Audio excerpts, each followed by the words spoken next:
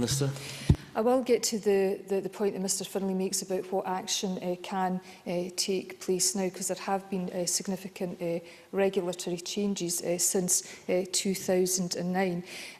Let me just, on Mr Finlay's first point, reassure him that as a government we are looking forward to the Scottish Affairs Committee's final report, and we'll look at that report very carefully, and I just want to reassure him on that point. It would be inappropriate for me to preempt any of the conclusions or recommendations that is currently taking place in what's quite a weighty and very serious investigation being undertaken by the Scottish Affairs Committee.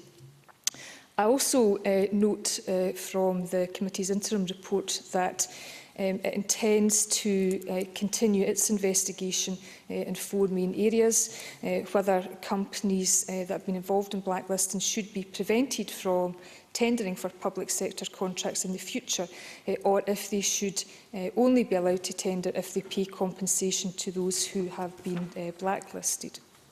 Another issue which is very important is the Scottish Affairs Committee continues to seek evidence whether blacklisting is still taking place both within the construction industry and more widely, and especially in Scotland. Other issues very important: whether compensation should be paid to whom and who should provide the compensation, and whether the existing legislation against blacklisting is sufficient if properly enforced, or whether changes in the law are necessary to eradicate the practice. Now, let me touch upon Mr Finlay's second point, his last intervention.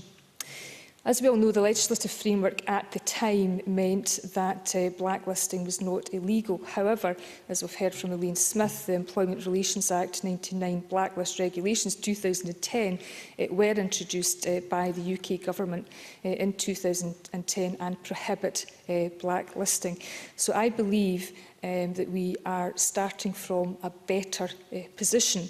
There is also the 2012 Public Contracts Scotland regulations, and these regulations provide the rights for contracts not to be awarded to companies who have been involved in grave misdemeanours.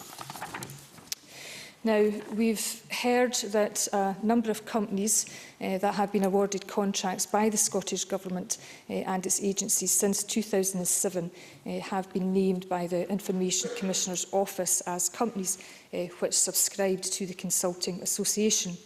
However, we have no evidence to suggest that any of these companies engaged in blacklisting in connection with the performance of any contracts awarded by the Scottish Government of its ages. And I'm sure members will appreciate the need for evidence and rigour, although it has to be... yes.